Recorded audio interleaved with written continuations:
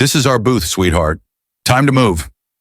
The words dropped heavy in the air, cutting through the chatter of Marston's Bar and Grill. For a split second, the place froze. Forks hovering halfway to mouths, laughter snapping off mid-breath. The three men who said it weren't asking. They were claiming. They stood like they owned the room. Sharp suits, polished watches, smiles that didn't reach their eyes. In a small-town bar filled with work boots and denim, they were wolves in tailored skin, and their eyes were fixed on one woman. Sarah Langley, early 30s. Dark hair pulled back, business blouse neatly pressed, laptop open beside a plate of untouched salad. She'd chosen the center booth because it was well lit, easy to focus. She didn't know, or maybe didn't care, that around here that booth belonged to them.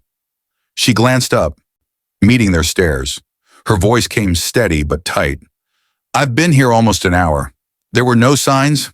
I'm not moving." The tallest of the men leaned in, hand landing on the table with a thud. "See, that's the wrong answer." His buddy slid her laptop shut with a deliberate click. Another picked up her glass of water, taking a sip as if he'd just claimed it too. The sound inside the bar shifted, conversations dimming into a low hum, eyes flicking over and then away. The bartender paused mid-polish of a glass, frowning but unmoving. A couple at the bar whispered, heads ducking. Everyone knew the men. Everyone knew better than to get involved. Everyone except the man in the corner. Jack Mercer. Plain clothes, faded jeans, gray t-shirt, ball cap tugged low. His half-eaten burger sat cooling in front of him, iced tea sweating rings into the wood.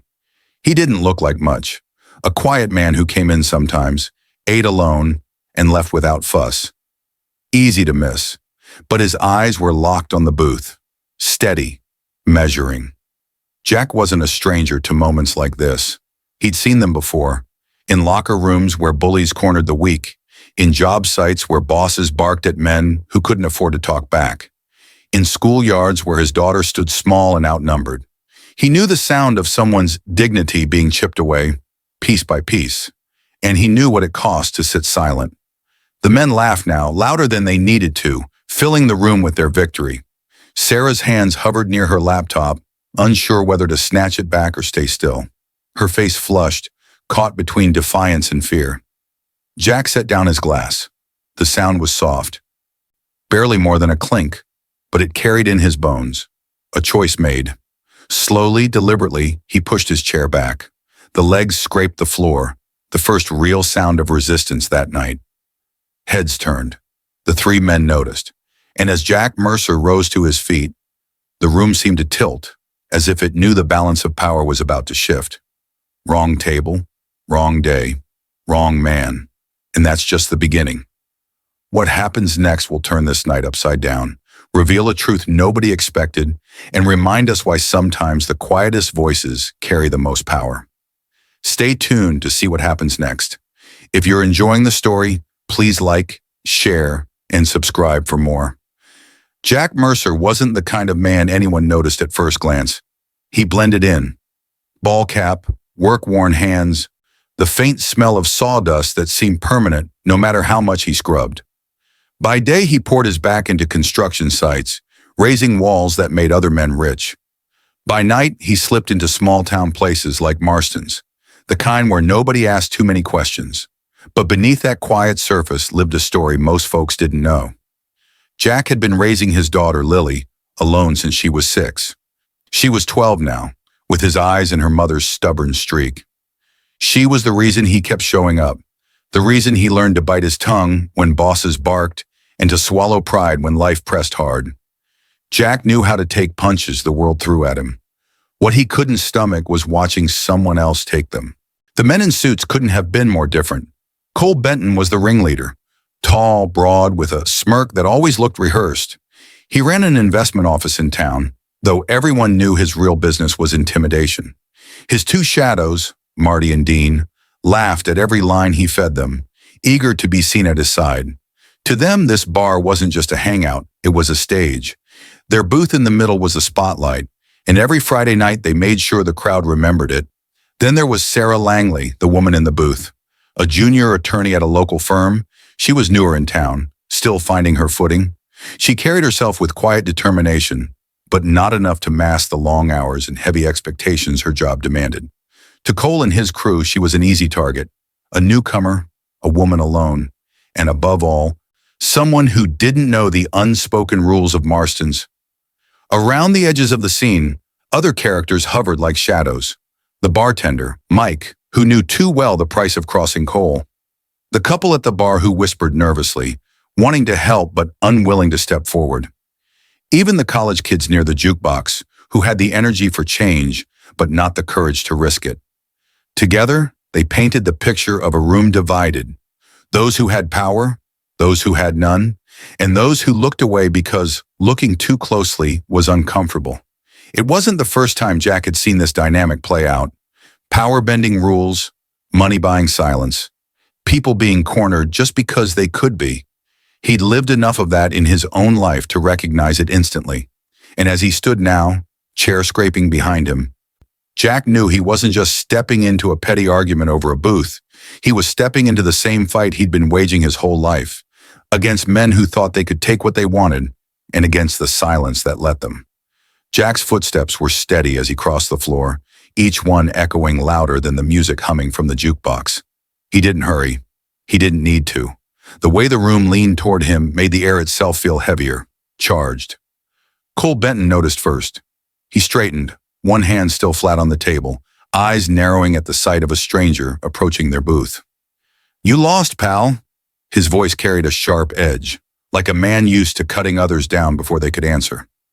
Jack stopped just short of the booth. His tone was quiet, almost too quiet for the weight behind it. "She's not in your way. Leave her be." The words drew a ripple through the room, low murmurs, shifting chairs, the collective sound of people suddenly invested. No one else had dared speak up. The bartender glanced between them, caught in the tension of wanting to intervene, but afraid to put his job on the line. Cole laughed, not out of humor, but disbelief. He looked at his friends, then back at Jack, as if this was some kind of entertainment. "Buddy, you don't get it. This is our booth. She's just keeping it warm." Marty chimed in, leaning back with his arms stretched across the seat. "Yeah, why don't you grab yourself another corner, construction man? Looks like you're more comfortable there anyway." The jab landed, subtle but sharp. Jack's clothes, plain, work-worn, marked him as the opposite of these men with their tailored suits. To them, he was nobody. A man who built things with his hands while they shuffled papers and numbers and called themselves powerful. Sarah's eyes darted between them, her chest rising and falling quicker now. She tried again to slide her laptop free, but Dean pressed down harder, shaking his head like she was a child misbehaving. "Don't be rude, sweetheart," he said with mock sweetness. "We're just having fun." Fun. That word sank like a stone. Jack didn't move, didn't raise his voice. He just held Cole's stare. "Looks like she's not laughing." The laughter that followed was harsher this time, laced with the sting of men who felt mocked. Cole's smile faded into something colder. He stepped around the booth, closing the space between them. "Do you even know who you're talking to?" Jack didn't flinch. "Doesn't matter." For a heartbeat, silence stretched tight across the bar. You could hear the ice crackling in glasses, the faint hum of neon. The couple at the bar shifted uncomfortably. One of the college kids muttered, "This is gonna get bad." Cole tilted his head, smirk creeping back. "See, that's where you're wrong. It does matter. Around here, people know better than to step on toes. You don't. Which makes me wonder, are you stupid or just reckless?" Jack's jaw tightened, but he said nothing. His silence spoke louder than any comeback could. The tension rippled outward. A family near the door gathered their things and slipped out, unwilling to watch what might come next. The bartender finally set down the glass he'd been polishing too long, his lips pressed tight. Every second that passed drew clearer lines in the sand. Who would stand up and who would stay seated? Sarah swallowed hard, her voice barely above a whisper. "Please, don't do this." She wasn't sure if she was talking to Cole or to Jack, maybe both. Cole heard it as surrender. His grin widened as he leaned back toward his crew. "See? She gets it. Some people don't know their place. That's all this is." The word place hung heavy. It wasn't just about a booth anymore. It was about power, about class, about who got to decide the rules and who was expected to stay quiet. Jack felt it press on him too. Not just the injustice of this moment, but the weight of every time he'd been dismissed, overlooked, pushed aside. Every time someone like Cole had used money or status to write the rules while men like him carried the bricks. But still, Jack didn't swing, didn't shove, didn't raise his voice. His strength sat deeper than that, coiled like a spring waiting for the right second. For now he stood silent, the storm gathering behind his calm. And if the men in suits thought he was weak, they were mistaking restraint for fear.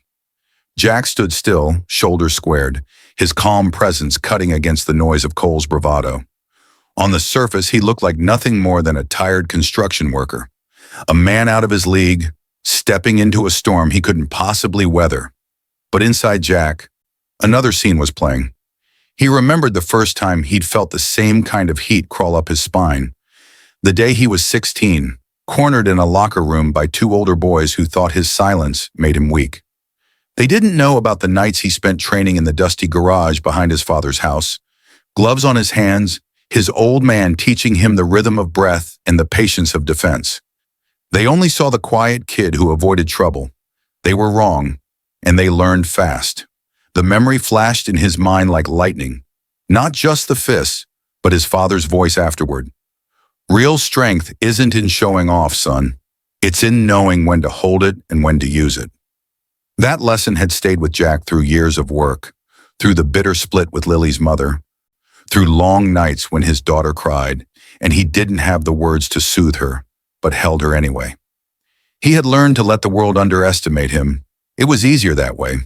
People saw the rough hands, the worn jeans, the quiet eyes, and thought they had him figured out. And most of the time, he let them. Jack's gaze drifted to Sarah. She was gripping the strap of her briefcase, her knuckles pale. He saw in her the same fear he'd seen in his daughter once, cornered by a bully twice her size on the school playground.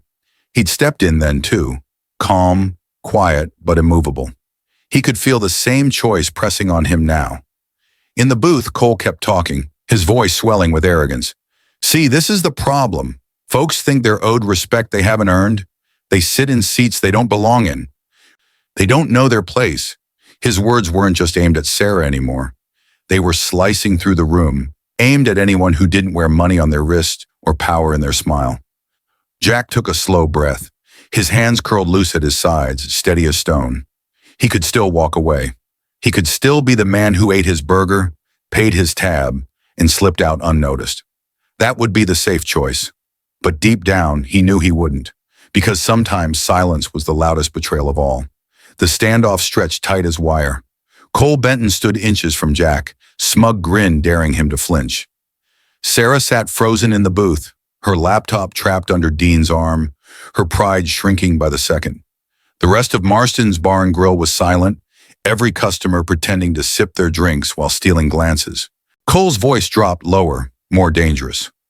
I'm giving you one chance, pal. Walk away, or I'll make you. Jack's eyes didn't waver. His voice, quiet but firm, cut through the tension. You don't want to do this. The words didn't sound like a threat. They sounded like fact. Cole barked a laugh, sharp and cruel. Oh, I think I do. He shoved Jack's shoulder hard, expecting the man to stumble, to shrink back, to fold like so many before him. But Jack didn't budge. He stood rooted, steady as a tree in a storm. Cole's smirk faltered for just a second. Then anger replaced it. He pulled his arm back as if ready to escalate. But that's when Jack moved. It was fast. Too fast for a man who looked like he belonged to construction sites and long shifts. Jack's hand snapped up, catching Cole's wrist in midair, stopping him cold. The motion was smooth, practiced, precise. Gasps rippled through the bar. Dean and Marty froze, unsure whether to step in. Sarah's eyes widened, her breath caught in her chest. Jack leaned in just enough for Cole to hear, his voice still calm. You've had your fun. It ends now. Cole tried to yank free, but Jack's grip didn't budge. Years of working steel beams, hauling lumber, swinging hammers. All that strength lived in his forearm, holding Cole as if he were a child. Cole's face reddened as the room watched him struggle. Then came the reveal. Jack released Cole's wrist with deliberate care, then spoke loud enough for the room to hear. You think power comes from owning a booth or pushing people around? But I've seen real power. I've carried it, built it, earned it. And I don't need a suit or a title to stand up to bullies like you. For the first time, the crowd saw him not as some quiet loner, but as something else entirely. Steady, unshakable, dangerous in his restraint. Dean muttered under his breath, "What the hell?" But Jack wasn't finished. His voice rose, not in anger, but in clarity, each word slicing through the bar like a gavel. You walk into this place every week, flashing money, taking what isn't yours, treating people like they're less. But tonight you picked the wrong table. Wrong day, wrong man. The phrase landed heavy, final. Cole shifted uneasily, glancing at the eyes locked on him from every direction. The bartender, the couple at the bar, the college kids by the jukebox, all of them were watching, and for the first time, none of them looked impressed by Cole Benton. Sarah, gathering her courage, finally pulled her laptop free. She straightened, her voice steady now. You're nothing but a bully, Cole. Always have been. That cut deeper than Jack's grip. Cole's jaw clenched, his swagger bleeding out under the weight of humiliation. For years, he'd thrived on silence, but now the silence was against him, suffocating. Marty stood half up, then sat back down. Dean muttered something about leaving. The cracks in Cole's command spread fast. Jack didn't move closer. He didn't need to. His stillness was louder than any swing of a fist. He had flipped the script, not by brute force, but by showing what true power looked like. Control, composure, conviction. The bartender finally spoke up, his voice carrying authority he hadn't dared to use before. Cole, get out. You and your boys, you're not welcome here anymore. The crowd nodded, murmurs of agreement rising like a tide. Cole looked around, realizing he'd lost the stage he thought he owned. His smirk was gone, replaced with a tight scowl. Without another word, he shoved past Jack, muttering curses as he stormed toward the door. Marty and Dean trailed after him, their bravado wilted. The door slammed shut. The room exhaled. Sarah sat in stunned silence, her laptop clutched to her chest. Her eyes met Jack's. Thank you. Jack simply nodded, his face calm, almost unreadable. To him, this wasn't victory, it was necessity. He didn't step in for thanks or recognition. He did it because he couldn't live with himself otherwise. But to everyone else in that bar, it felt like something bigger, a shift, a reminder that sometimes the quietest man in the room carries the greatest weight. The echo of the slammed door still hung in the air, but the atmosphere inside Marston's had changed. The tension that had weighed heavy on the room lifted, replaced by something lighter, relief, even awe. Jack stood where he was for a moment, letting the quiet return. He wasn't smiling, wasn't basking in the attention. His shoulders softened slightly, as though the burden he'd carried was heavier than the men he had just faced down. Sarah broke the silence first.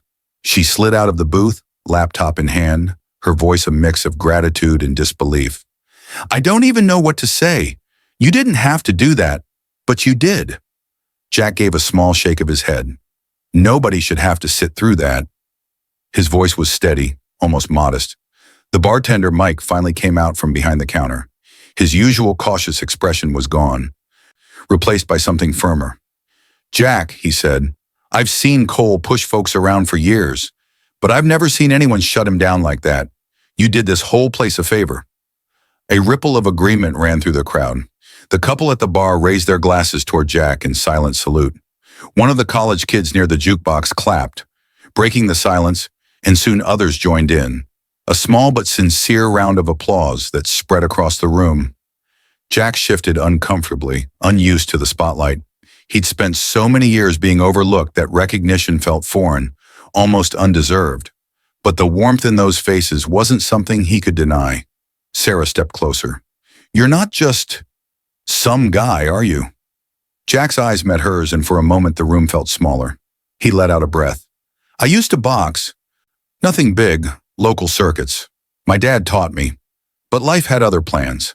Construction paid the bills, and my daughter needed me more than the ring did. The revelation drew more murmurs, this time of admiration. It explained the speed, the control, the calm. Jack wasn't just lucky. He was trained. And more than that, he was disciplined. Mike crossed his arms, nodding. Well, we could use more men like you around here. If you ever need a steady place, you've got one, Sarah added softly. The world could use more men like you. Period. The applause quieted, replaced with a deeper respect. A recognition that Jack's strength wasn't just in his fists, but in his restraint, his choice to stand up without tearing anyone down. And outside, the fallout was already beginning. Word traveled fast in Brookdale. By the next morning, Cole Benton's name was being whispered not with fear, but with scorn. His so-called authority crumbled under the weight of public embarrassment. Clients pulled back. His grip on the town loosened. For a man who thrived on control, nothing could have been worse. For Jack, though, life didn't suddenly transform into glory. He didn't walk out of Marston's a hero with his head held high. Instead, he walked out quietly, as he always did. But this time, the silence that followed him wasn't dismissal. It was respect. At home later that night, Lily met him at the door, her homework spread across the kitchen table. "You're late," she teased, but then she noticed the look on his face. Not tired, not worn, something else. "Everything okay, Dad?" she asked. Jack smiled faintly, brushing her hair back from her face. "Yeah," he said softly. "Everything's okay." And in that moment it was. Because sometimes redemption doesn't come with medals or headlines. Sometimes it's found in a daughter's trust, a community shift, and the quiet knowledge that when it mattered most, you stood tall. 6 months later, Marston's Bar and Grill didn't feel the same. The center booth was no longer a throne for Cole Benton and his crew. It had become just another booth, used by families, friends, and even newcomers like Sarah, who now stopped by often with a laptop in hand, greeted warmly instead of cornered. Jack Mercer wasn't at Marston's every Friday night anymore. Life had shifted. His quiet act of courage had rippled wider than he ever expected. After that night, word of what happened spread fast. People in Brookdale started to see Jack differently, not as the quiet construction worker in the corner, but as someone who stood for fairness when no one else would. When the town council formed a committee to address workplace bullying and harassment, Jack was asked to join. At first, he resisted. He wasn't a politician, just a dad who did what was right. But Sarah reminded him, "You don't need a title to make change. You just need your voice." So he showed up. He shared his story. He listened to others who had been silenced. And little by little, Brookdale became a place where people knew they had someone in their corner. Cole Benton, on the other hand, didn't recover so easily. His reputation as a bully spread further than his charm ever had. Clients left. His office closed. He moved away quietly, a man who once thrived on being seen, but now lived in the shadow of his own downfall. Jack never gloated. That wasn't his way. His victory wasn't in Cole's failure. It was in the faces of people who now felt braver because they saw someone else stand first. At home, Lily noticed the change too. Her dad, always steady, now carried himself with something more. Purpose.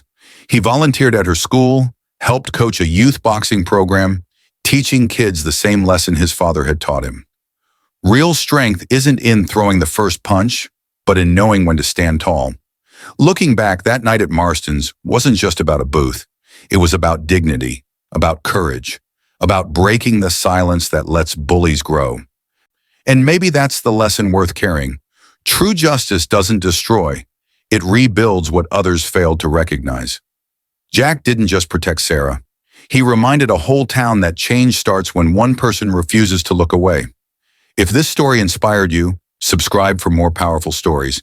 Share it with someone who needs to hear it today, and keep the message alive. Courage may be quiet, but it changes everything.